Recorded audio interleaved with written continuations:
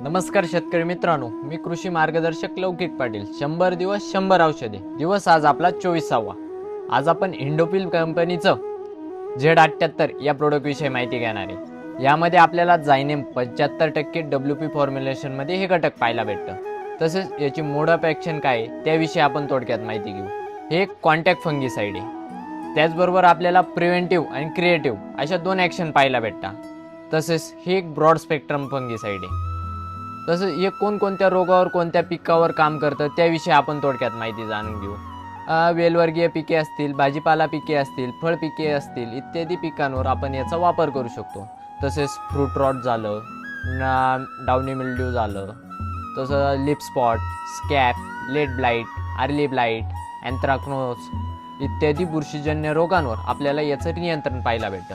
तसेच याचं rain fastness विषयी बोलायचं ठरलं तर 2 तासाचा आपल्याला रेन फास्टनेस पाहायला भेटतो.